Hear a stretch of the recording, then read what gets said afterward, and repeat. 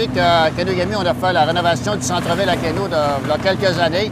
Et pendant ce mandat-là, on avait décidé aussi d'acheter ce bâtiment-là pour retaper, le centre-ville. Et c'était une des dernières bâtisses qu'on a achetées pour faire démolir et on avait une cadence de stationnement.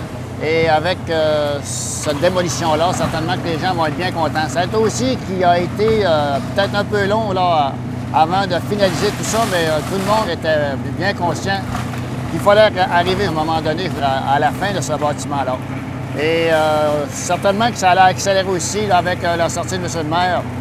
Ça a donné un plus dans ce dossier-là, dans le sens que là, ce matin, le 18, on est en train de démolir cette bâtisse-là.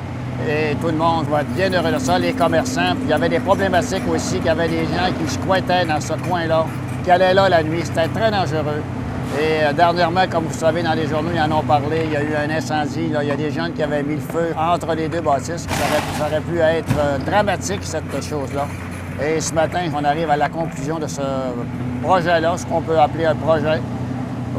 Puis on va tourner la page et certainement que dans un premier temps, on va replacer, pas replacer, mais replacer le terrain dans le sens de faire un stationnement temporaire. Et par après, certainement qu'il y aura un stationnement permanent. Puis le terrain appartient toujours à la ville. Et si un jour, il y a quelqu'un qui est intéressé pour faire du commerce, bon, on sera toujours intéressé, je dirais, peut-être à le vendre.